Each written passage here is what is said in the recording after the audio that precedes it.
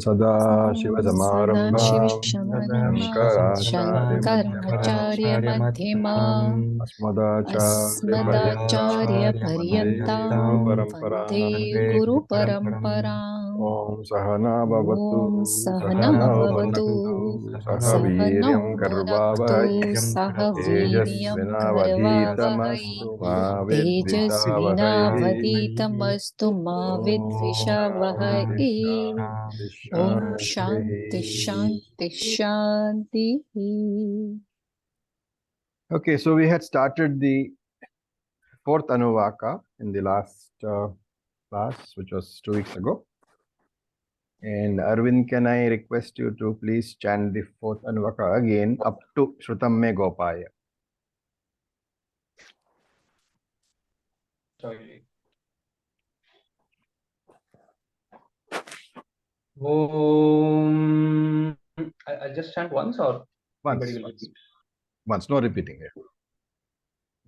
Om Vayusandhanam Ityadhilokam Athadhijyautisham Agnif Purvarupam Aditya Uttara Rupam Apasandhihi Vaidyutas Sandhanam Ityadhijyautisham Athadhividyam Acharyah Purvarupam Antevasyuttara Rupam Vidyasandhihi Pravachanagam Sandhanam Ityadhividyam Athadhiprajam Mata Purvarupam Pitottara Rupam Prajasandhihi Prajananagam Sandhanam Ityadhiprajam Athadhyatmam Adharahanuh Purvarupam Uttarahanuruttara Rupam Vaksandhihi Jihvasandhanam Ityadhyatmam Iti Mamaha Sagamhitaha Ya Evameta Mahasagamhita Vyakhyata Veda Sandhiyate Prajaya Pashubhihi Brahmavarchasenadyena Suvargyena Lokena.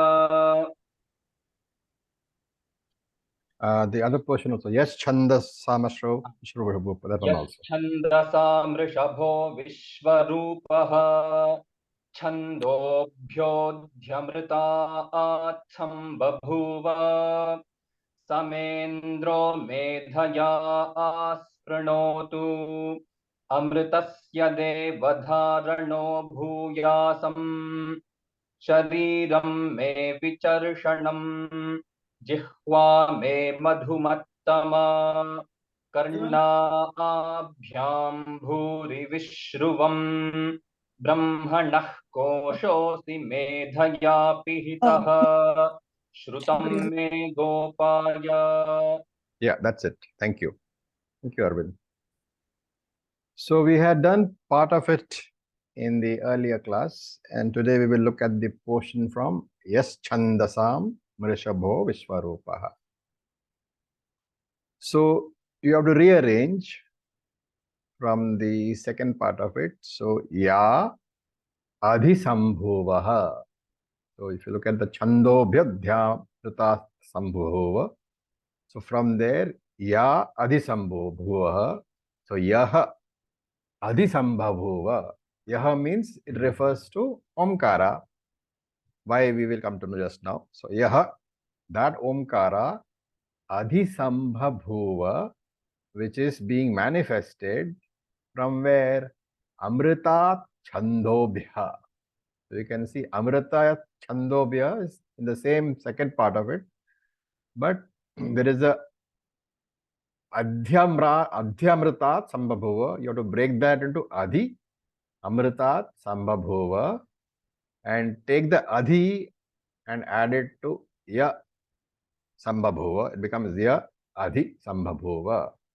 So this is very common in Taittiriya at least. You will find the words, one word is broken to pieces and kept here and there, and you have to put them together.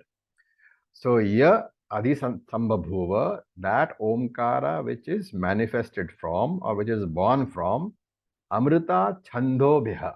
So chanda refers to the Vedas, to the eternal Vedas, is born from the eternal Vedas. That omkara rishabha is the greatest. Chandasam. Chandasam means chandas is the Vedic mantras. So that omkara Chandasam Rishabha is the greatest among all the Vedic mantras. And Vishwarupaha, it is endowed with multiple forms. And the prayer is Sa Indraha. So here Indra is not the king of the gods. Here Indra refers to Omkara. So Sa Indraha, that Omkara, Sprunotu, may that Omkara strengthen me, Medhaya, with intelligence, He Deva, O Lord, Bhuyasam Dharana. Dharana Bhuyasam. May I become the enjoyer of what? Amritasya, of that immortal wisdom. And not only that, may Shariram Vivarshanam.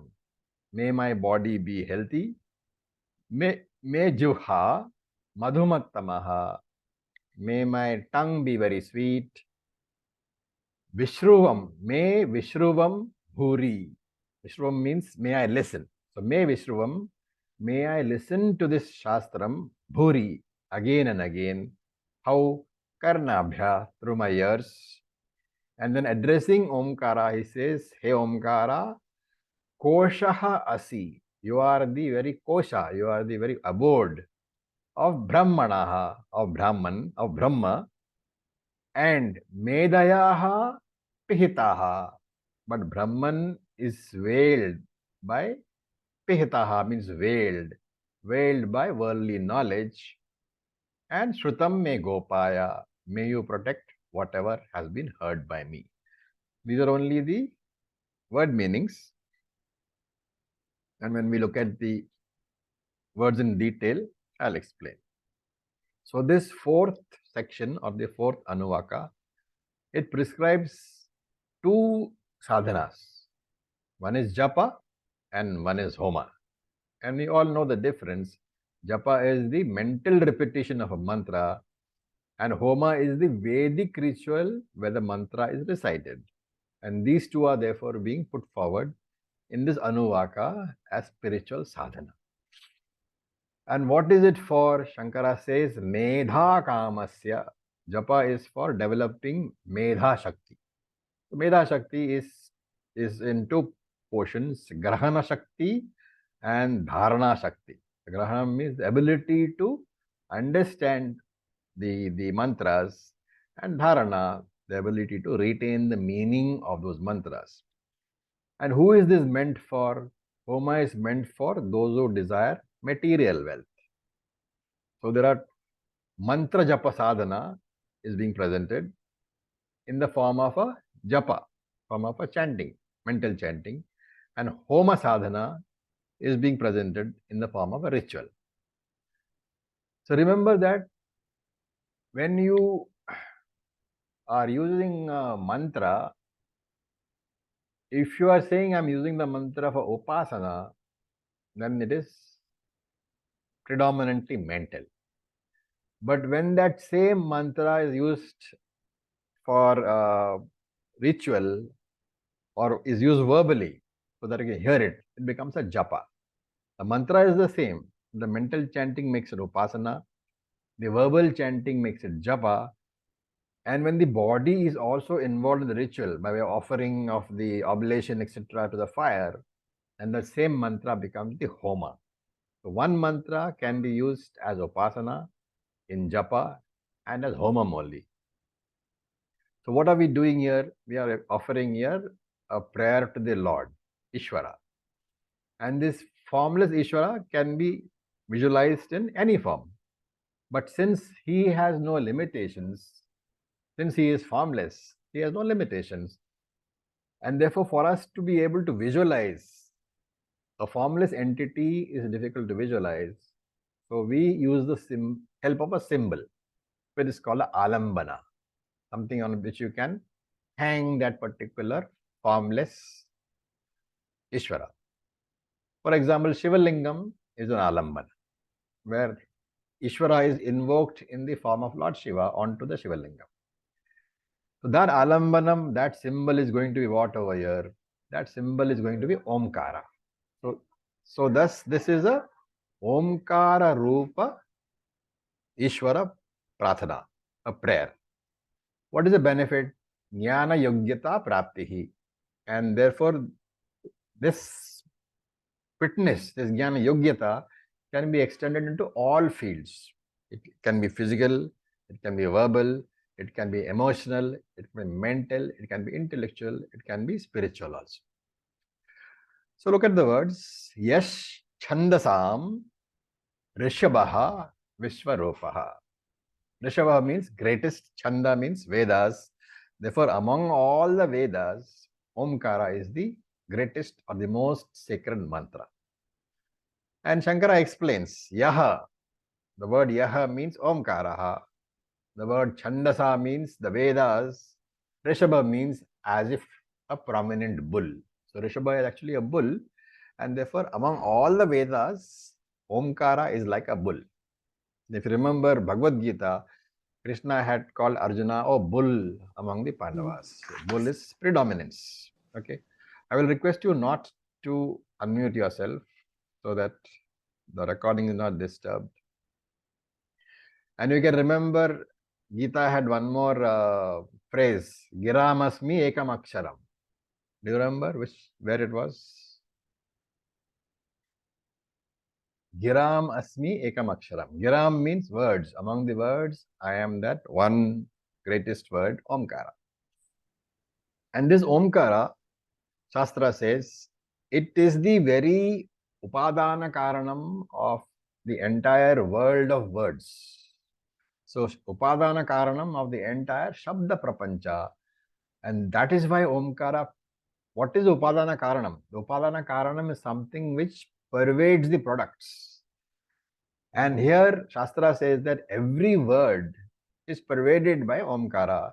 Therefore, Omkara is the very upadana karanam, the very material cause of the entire Shabda Prapancha, the entire universe of words. Okay. Then we look at the word Chandaha. Chandaha is the name given for a Vedic mantra.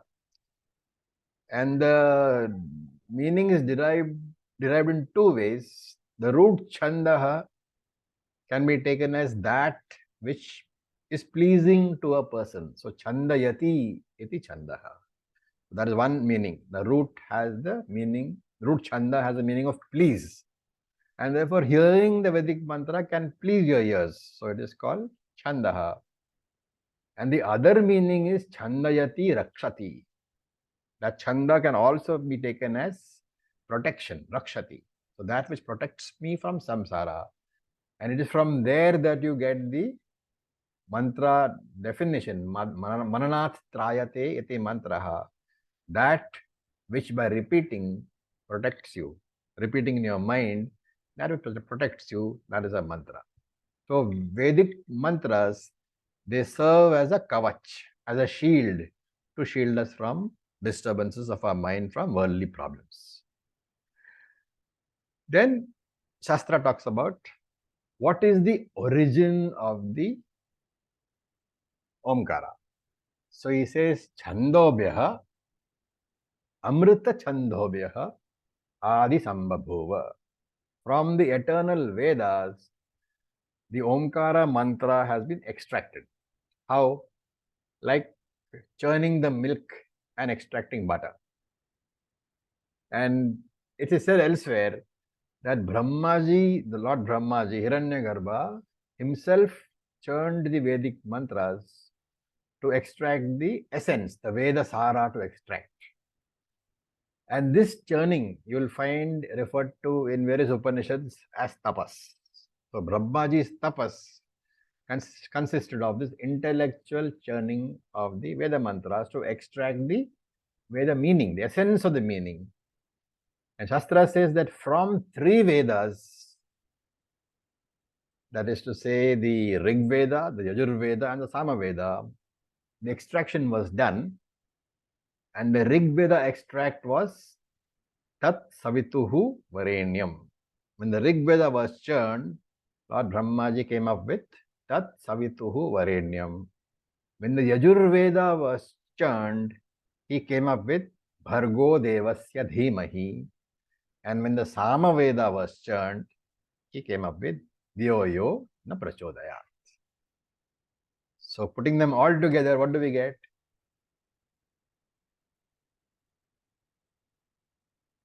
Putting these 3 words together, what do we get? Gayatri. The Gayatri. Gayatri Mantra. And therefore, when Lord Brahmaji churned the Vedas to extract the essence, that essence was the Gayatri Mantra, which is Tat Savitur Varenyam Bhargo Devasya Dhimahi Dhyoyo na Prachodayat. That is the Gayatri Mantra. That was the extract, the very essence of the Vedas. And therefore, it is said that if you chant the Gayatri Mantra every day, it is the equivalent of chanting these three Vedas completely every day. And then the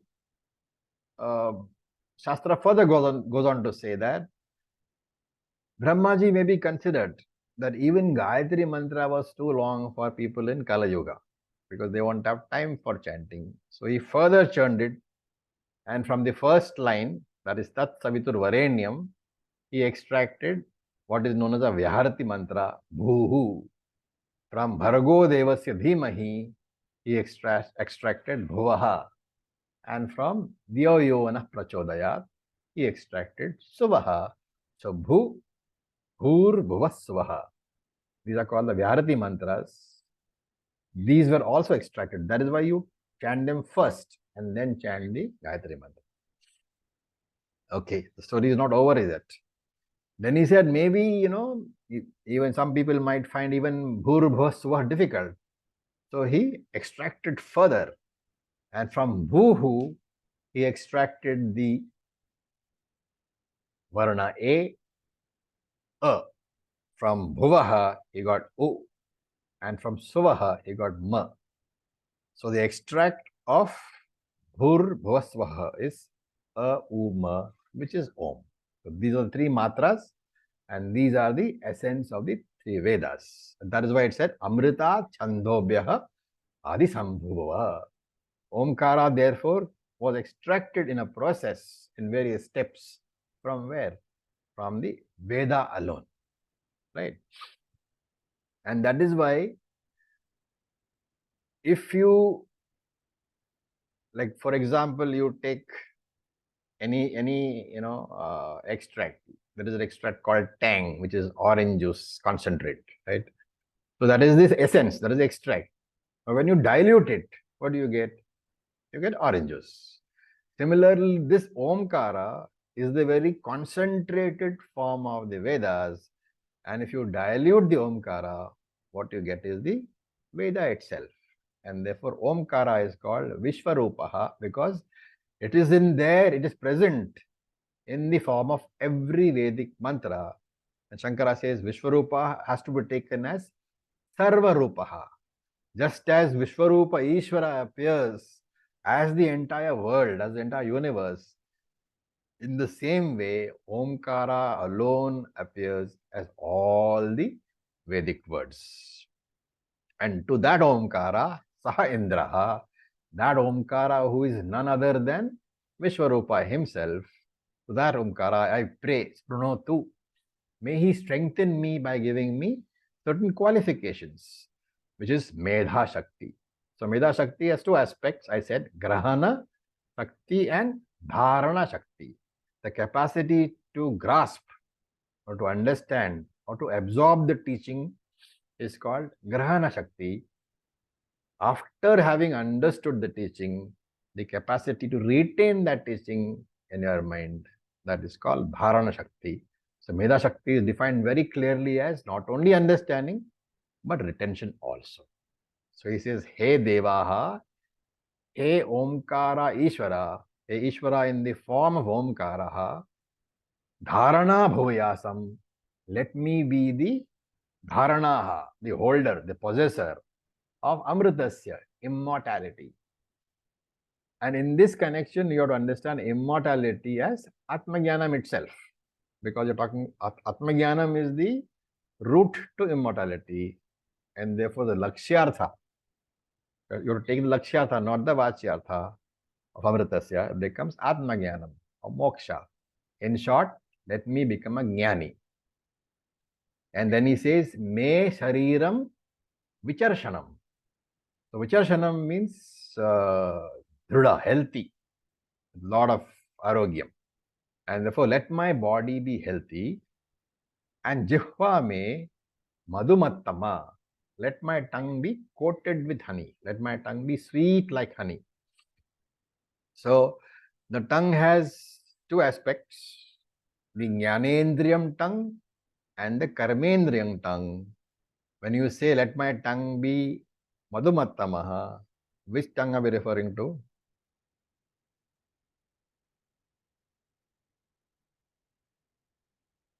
Karmendriya. Karmendriyam. Karmendriyam tongue, right? Which means let only sweet and pleasing words, Mangala Shabdaha, come from my tongue.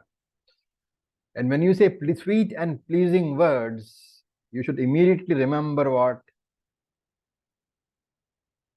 From Bhagavad Gita, what should you remember? You are in the Upanishads. You should be having the Gita and Tattvabodha at your fingertips. Okay, maybe you don't remember the words. At least the chapter. Which chapter should you remember? Come on, guys. Pleasing words. No? Come on, come on. I'll wait for you to give me an answer.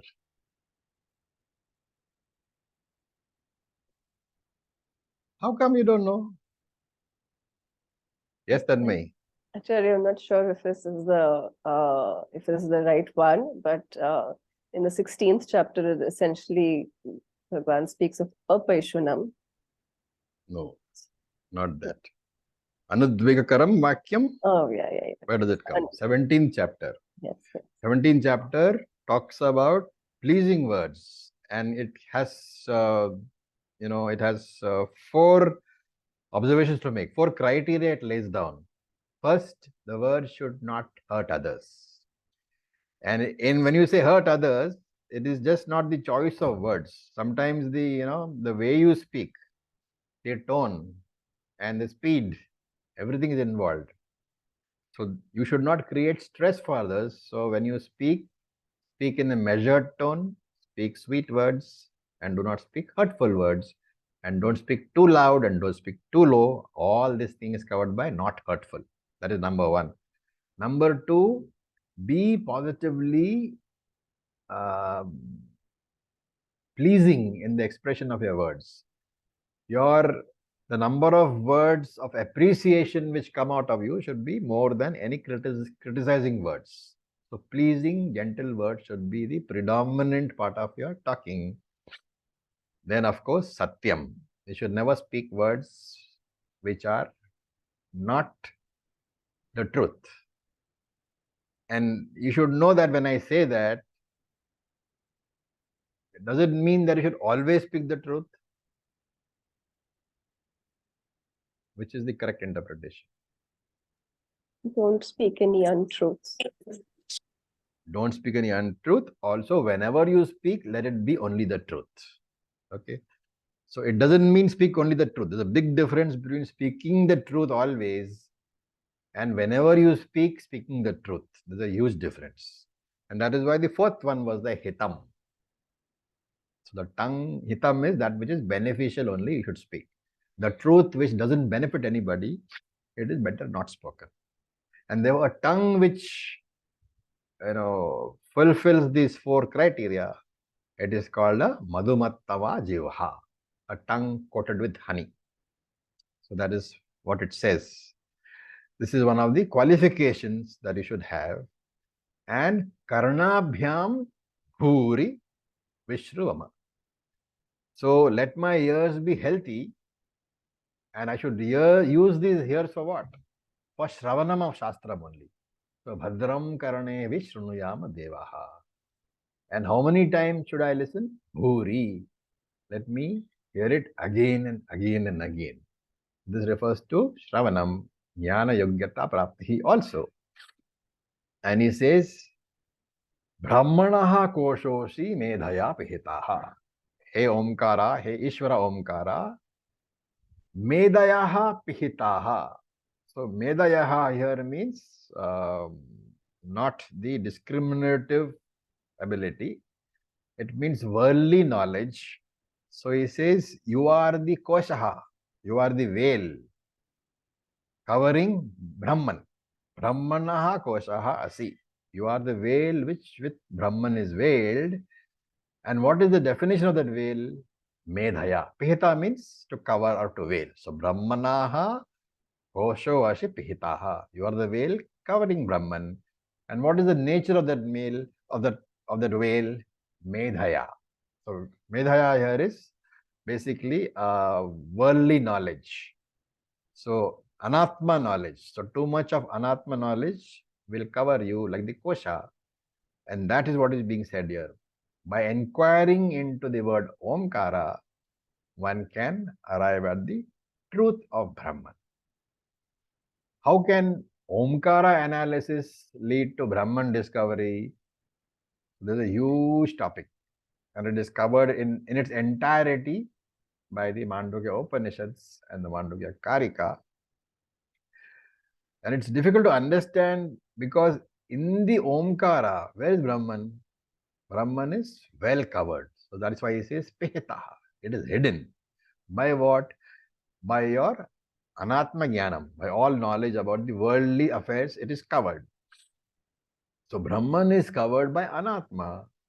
And people don't look beyond the Anatma knowledge. And therefore they never come to Brahman. And because of this inclination for worldly knowledge, you will find that the majority of people, they are very extroverted in their nature. And this very extrovertedness is the obstacle for Shravanam, Mananam, and Nididhyasanam. And then, Shrutam me Gopaya, whatever I have heard, Shrutam, whatever I have heard in my class, let it be retained in my mind. May I retain the Atma Jnanam gained through the Acharya. May it always be available to me. So with this, the commentary on the Japa Sadhana is over. And now, as you can see, those who are having the text, you will see that it's a much, much longer Anuvaka. So what we are going to do is break it into small pieces. So Arvind, could you read the portion from Avahanti Vitanvana up to Lomamsha Pashubhihi Swaha? Yes, Rohit. And these people can chant, so you can make them chant with it. Yes. Om Avahanti Vitanvana. Om Avanti Vitanvana Urvanachiramātmanaha. Urvana Urvana Chiramatmanaha Vasagam Simamagavascha. Vasagam Vasagam Simamagavascha Simamagavascha Annapane cha sarvada. Annapane cha sarvada Tato me shriyamavaha. Tato me Tato me shriyamavaha Shriyamanaha Lomasham pashubhis sahasvaha. Lomasham Lomasham Pashubhi Pashubhisvahasvaha. Sahasvaha. Okay, thank you. I'll just mute you all.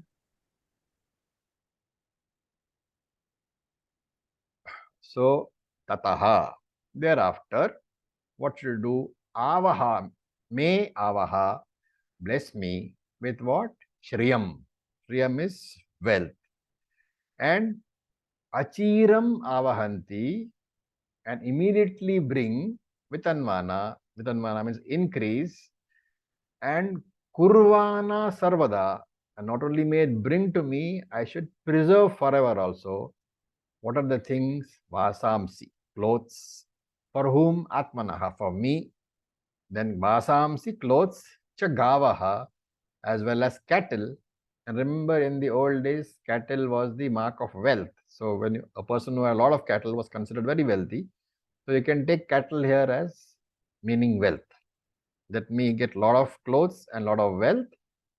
And annapane, that is food and drinks also I should have. And lomasham. Lomasham is, loma is hair, wool rather. So animals with wool, like sheep, etc. And pashubhihi saha, and not just animals with wool, other animals also, mama, for me. And then swaha. So swaha, remember, is a very important word over here, because whenever you use the word swaha, it is an offering. And therefore, in any mantra, when you see swaha, it is an indication that that mantra is being used at that point of time in a homa. Okay. So this homa, this is a homa, and it's a very famous homa. And the first word is what? Avahanti. And therefore, there is a very famous homa known as Avahanti Homa. The homa begins from here and extends right up to the end of the section. Yes, and through this homam, the seeker is asking, the sadhaka is asking for four things. Dhana praptihi, that is, he is seeking wealth. Chitta shuddhi praptihi, he is seeking jnana yogyata. Jnana praptihi, he is seeking jnanam. And after all that, shishya praptihi, he is seeking to get students. Okay. So why does he want dhanam? Why does he want money? Because money is required for carrying out my karma yoga, the karma yoga anushtanam. Karma yoga is what? Always in the form of a contribution I make towards society, and that requires money. So he's saying, let me have enough money to be able to carry out my karma yoga properly. So by carrying out karma yoga, what do I get? I get chitta shuddhi. So from money, I have to do my karma yoga with the money, and that should take me to chitta shuddhi. So this desire for money is a noble desire here, because it is not for money's sake or for my enjoyment, but it is to enable me to do my karmas so that I can get chitta shuddhi. If I get chitta shuddhi, it should take me to jnana. Remember that grahastha ashrama is successful. Grahastha ashrama has a lot of karma in it. And all the karmas have a meaning, serve a purpose only if they lead me to chitta shuddhi. And if I get chitta shuddhi, it must lead me to Vedanta Jnana. So when the urge comes to look for something higher, that urge is your first indication that our mind is getting purified. Jnana Yogyata is coming, Chitta Shuddhi is coming. And when Chitta Shuddhi comes, the Lord will ensure that you will get a guru, and the guru will ensure that you will get the knowledge. And therefore, he says, after karma yoga, the next desire is jnana praptihi. And Shastra also says that once you have got the jnanam, you should spend the rest of your life distributing that jnanam to others. So the person who has got jnanam from a teacher, he repays the teacher by distributing that knowledge, by teaching himself. So avahanti. Avahanti is defined as anayanti, which means it brings prosperity, bringing prosperity. And vitanvana is the expansion. Vistaryanti, it's the expansion. So whatever avahanti has brought, avahanti is here in who's bringing? Lakshmi Devi is bringing the wealth. Obviously asking for wealth in the first place. So the Lakshmi Devi brings the wealth. And he says that once Lakshmi Devi brings the wealth, it should be Vitanvana. I should be able to expand that wealth, multiply it rapidly. How? Kurvana. And therefore Kurvana, by performing or accomplishing. Kurvana means performing or accomplishing. And then you look at the word Kurvana Chiram Atmanaha. So look at the word Kurvana Chiram. Okay. You can split this in two ways. You can split it as Kurvana Chiram, or you can split as Kurvana Achiram. If you know a bit of Sanskrit grammar, you will know that Kurvana Chira, it can be split both ways, as Achira and Chira also. Okay, so if you take the words Kurvana Chiram, Kurvanam is being addressed to Lakshmi Devi. Please perform, please accomplish. Accomplish what? Bringing me wealth. How? Chiram. That wealth should last for a long time. So Kurvana Chiram Atmanaha. Atmanaha here is the reflexive pronoun meaning me. So that Lakshmi Devi should bring me wealth, and that wealth is Chiram. That wealth should last for a very long time. That prosperity should last for a long time so that I can do lots of Karma Yoga. And the second meaning is, if you take it as Kurvana Achiram, then this Achiram, in the first case, the Chiram is the adjective or the qualifier for wealth. In the second case, the Achiram is qualifying the action. And therefore, here it means Lakshmi Devi should bring me prosperity Achiram, immediately. Chiram means long, Achiram means without delay. So here he is saying that when I have done the homam, Lakshmi Devi should bring me the prosperity immediately. And therefore, actually, you can combine both these interpretations and say that Lakshmi Devi should bring me immediate prosperity, and that prosperity should last for a very long time so that I can do proper Karma Yoga. And after that, so Tataha. Tataha me Shriyam Avaha. So Tataha. Tataha means after acquiring knowledge of Dharma Shastra. So Shankara here says very clearly that Tataha has to be taken as after, and after acquiring what? After acquiring knowledge of Dharma Shastram. And Shankara comments saying that wealth is a double-edged weapon. It can lead to spiritual growth, of course, but it can also lead to spiritual destruction. And that is why you need Dharma Shastra Jnanam before you can ask for wealth. Because once Dharma Shastram Jnanam is there, then you will know what is Vidhi and Nishedaha, what is permitted and what is prohibited. And without knowing what is permitted and what is prohibited, if you ask for money, that money is assured self-destruction. Therefore, Shankara says, before asking for money, ask for knowledge of Dharma Shastra. Therefore, Tataha here means Dharma Jnana Anantaram. After the acquisition of Dharma Shastra Jnanam, of Purva Kanda knowledge, which gives you the do's and don'ts, after that only, you should ask for money. And Shankara makes a very beautiful statement. Amedhaso hi Shri Anarthaya eva iti. Amedhaso. Amedhaso is a person who does not have Medha Shakti, who is not mature, who does not have wisdom, who does not have Dharma Jnanam. For him, he says Shri Anarthaya eva. Shri is wealth. Anarthaya means endless troubles. For the person who does not have the necessary maturity or the necessary wisdom in terms of knowledge of what is prohibited and what is permitted, if he gets wealth, that wealth is not going to give him any source of, is not a source of pleasure for him. That wealth for him becomes a source of anartha, endless stream of troubles. A very beautiful sentence, and all of us need to constantly remember. That is why when we teach Purushartha, it is taught as Artha Kama Dharma Moksha.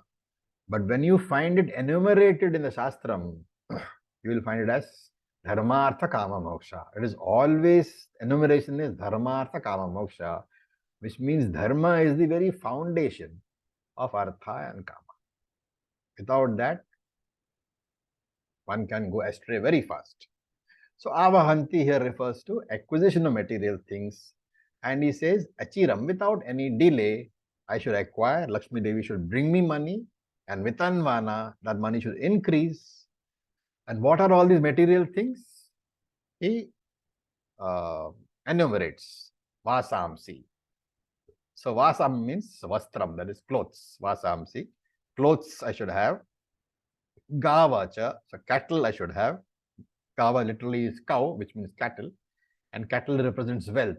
So I should have clothes, I should have cattle, annam and panam, I should have food and drinks, and loma shamaha, I should have woolly animals, pashubhihi saha, along with other kind of animals.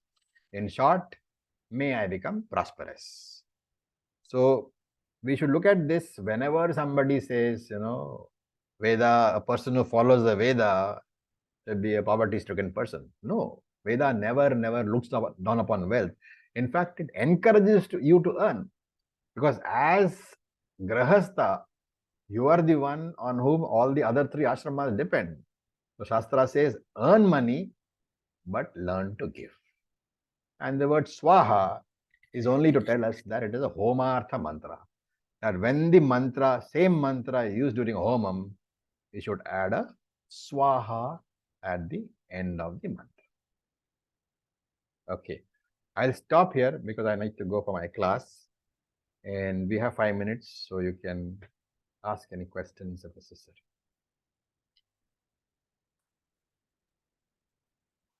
Raviji, I want to ask, Yeah. this Swaha word you said is used to indicate that this whole section is to be a Homartha mantra. It's Avahanti Homam, yes.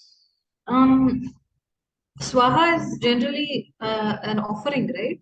Yeah, so it's a Avahanti mantra is a Homam where you're making offerings to the Lord and asking for money in return. Okay, so all Avahanti these mantra things we means, are yeah, asking. it's a mantra you're asking him for all this wealth. Okay. And what are we offering?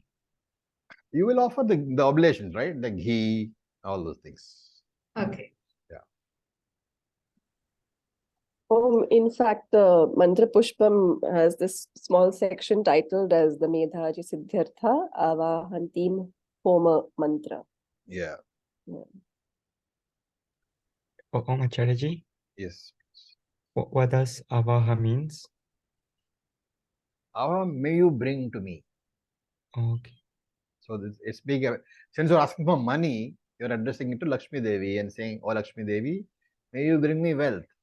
In what form? In all these forms. In the form of clothes, in the form of cows, in the form of all these things. Though you're enumerating the list over there. And you're also saying that it is actually going to be meant for me to teach. That'll come later. You're not asking for yourself. You're asking so that you can set up an ashram and teach the others. So that you'll find in the next section onwards, when he says that, may brahmacharis come to me. He says, if people who should come to me, amayantu brahmacharana swaha. May brahmacharis come to me, imayantu brahmacharana swaha.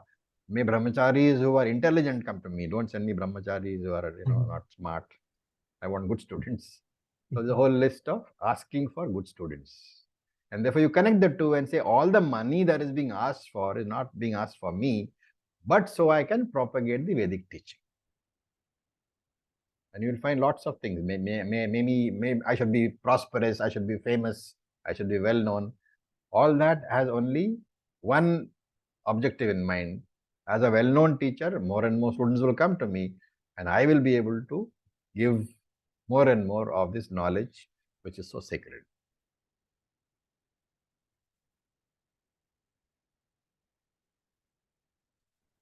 Okay, anybody? Arvind, have you already put this in the group, this particular mantra? I think yes, Raviji. If not, I will send it today only. Yeah, so I would request everybody to at least, Arvind is doing a lot of, taking a lot of pains on chanting the mantra, putting in the group. So please chant it with him. And he's doing it very nicely. He's first chanting once, and twice in a low voice so that you can superimpose your voice on that. So with that, please do that so that the words remain in your mind. Without mantra chanting, without the words being driven into your mind, these will remain as words. The knowledge will not really be driven in. That is why mantra chanting is so important. Swadhyaya is so important. So Acharya, so these are supposed to be chanted only during the Homa, or You can chant it otherwise. If you're using the Homa, then you're doing the Swaha. Okay. You're doing Parayanam, you omit the Swaha. Okay. Yeah. Thank you, Acharya.